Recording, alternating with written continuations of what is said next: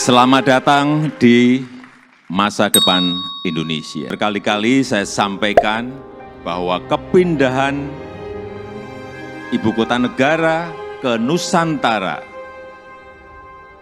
adalah bukan sekedar memindah gedung kementerian. Bukan itu. Bukan juga hanya pindah istana presiden. Bukan itu. Bukan juga memindahkan gedung wakil presiden ke Nusantara. Juga bukan itu. Bukan itu, bukan fisiknya yang ingin kita pindahkan.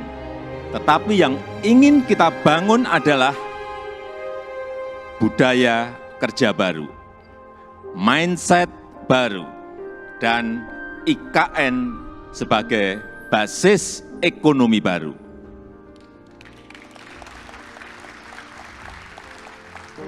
Indonesia sebagai negara besar harus berani melangkah, harus berani memiliki agenda besar, berani punya agenda besar. Dan ini untuk kemajuan negara kita, untuk kemajuan bangsa. Dan jika kita tidak berani transformasi dari sekarang sampai kapanpun, kita akan sulit jadi negara maju.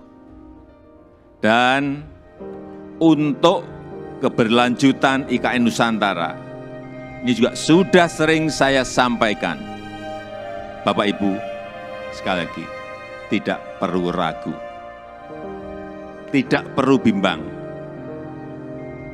Karena apa? Payung hukumnya itu sudah jelas. Payung hukumnya sudah jelas, yaitu Undang-Undang Nomor 3 Tahun 2022. Dan itu, ini juga kita harus tahu semuanya, itu sudah disetujui 93% dari fraksi-fraksi yang ada di DPR. Loh, kurang apa lagi? Kalau ada yang masih belum yakin, kurang apa lagi? Nanti sampaikan, kurang apa lagi? Jadi sekali lagi, sudah tidak perlu lagi untuk dipertanyakan. Ini ada Ketua MPR ada di sini, Pak Bambang Susatyo juga. Kembali lagi, kita ingin menghadirkan pembangunan yang Indonesia sentris, bukan Jawa sentris. Karena Indonesia ini bukan hanya Pulau Jawa. Indonesia ini memiliki 17.000 pulau, 514 kabupaten dan kota, 34 provinsi, yang terbentang dari Sabang sampai Merauke, dari Miangas sampai Pulau Rote. Dan ada tapinya, tapi saat ini 58% dari PDB ekonomi kita, dari ekonomi kita terpusat di Pulau Jawa, 58%. Kemudian populasi 56% atau sekitar 149 juta penduduk kita ada di Pulau Jawa, bermukim di Pulau Jawa. Betapa Pulau Jawa ini sangat terbebani dengan jumlah yang sangat besar itu. Itulah kenapa sering saya sampaikan, Indonesia perlu keadilan ekonomi. Sekali lagi ada 17.000 pulau, bukan hanya satu pulau. Perlu kesetaraan pembangunan, perlu pemerataan pembangunan. Ini yang ingin kita hadirkan, yaitu dengan membangun ibu kota Nusantara.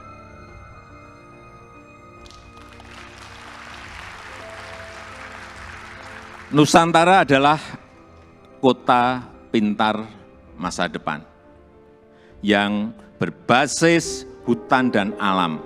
Belum ada di dunia, belum ada. Tolong dicarikan, belum ada. Ini yang membedakan, ini yang nanti menjadi diferensiasi ibu kota kita dengan ibu kota negara-negara lain. 70% areanya nanti adalah area hijau. Lahan yang digunakan untuk membangun IKN, ini awalnya adalah hutan produksi. Jangan ada yang keliru bahwa ini hutan alam, bukan. Hutan produksi. Monokultur, artinya di situ hanya ada satu jenis pohon. Dan saya tahu betul pohonnya itu apa. Pohon eukaliptus yang dipakai untuk pulp. Dan ditebang setiap 6-7 tahun. Jangan ada nanti isu merusak hutan. Itu hutan produksi yang setiap 6 tahun, 7 tahun ya ditebang. Ini yang kita ingin kembalikan, justru nantinya ingin kembali jadi hutan heterogen dengan pohon asli dan endemik dari Kalimantan. Sehingga kita harapkan nanti menjadi hutan hujan tropis lagi, tropical rainforest lagi di Kalimantan.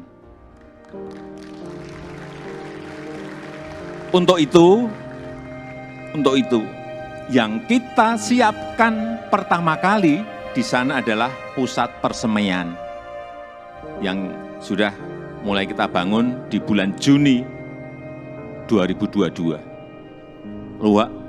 Luas lahan persemaian ada kurang lebih 16 hektar dengan embung 7 hektar. Kita harapkan selesai nanti di awal tahun 2022. Yang kapasitas bibitnya setiap tahun bisa menghasilkan kira-kira 15 juta bibit per tahun. Ini yang akan kita pakai untuk menghijaukan Kalimantan. Supaya Bapak Ibu ingat saya dari kehutanan.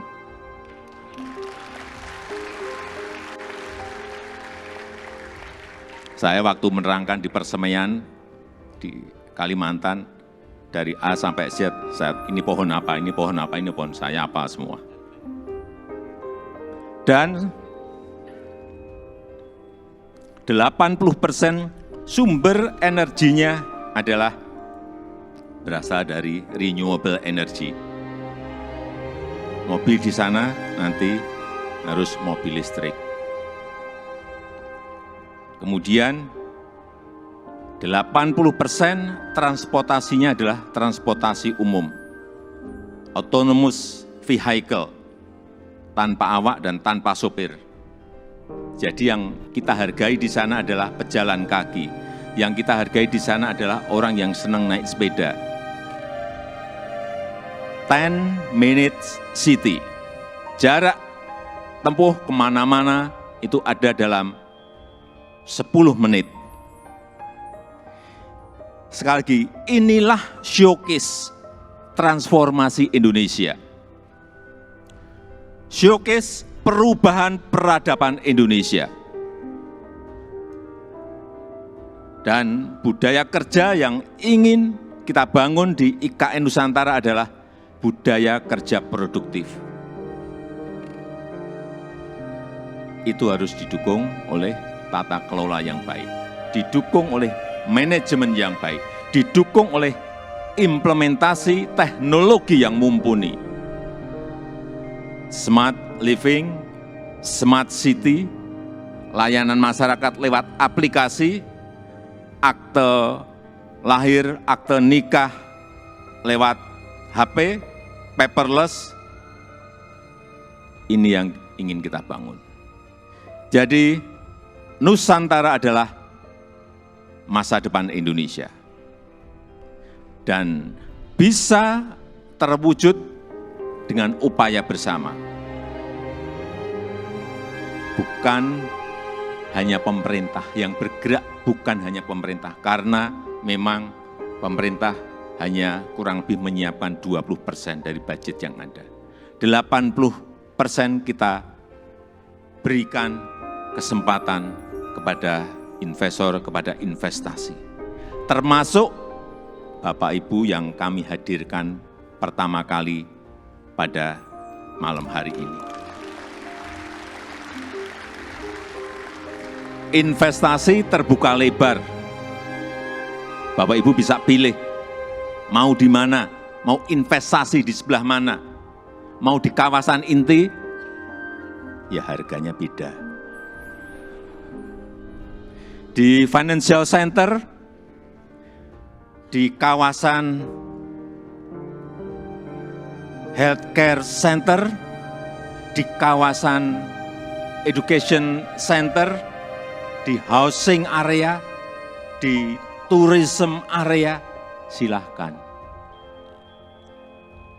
Saya sampaikan ini adalah kesempatan pertama dan kesempatan emas yang tidak akan terulang lagi. Inilah saatnya mencatat sejarah Indonesia dan inilah saatnya melakukan lompatan, inilah saatnya kita semua menjadi pelaku sejarah Indonesia masa depan. Dan dengan upaya kita bersama, dengan semangat gotong royong kita bersama, saya yakin 17 Agustus 2024 kita bisa merayakan bersama-sama di Nusantara.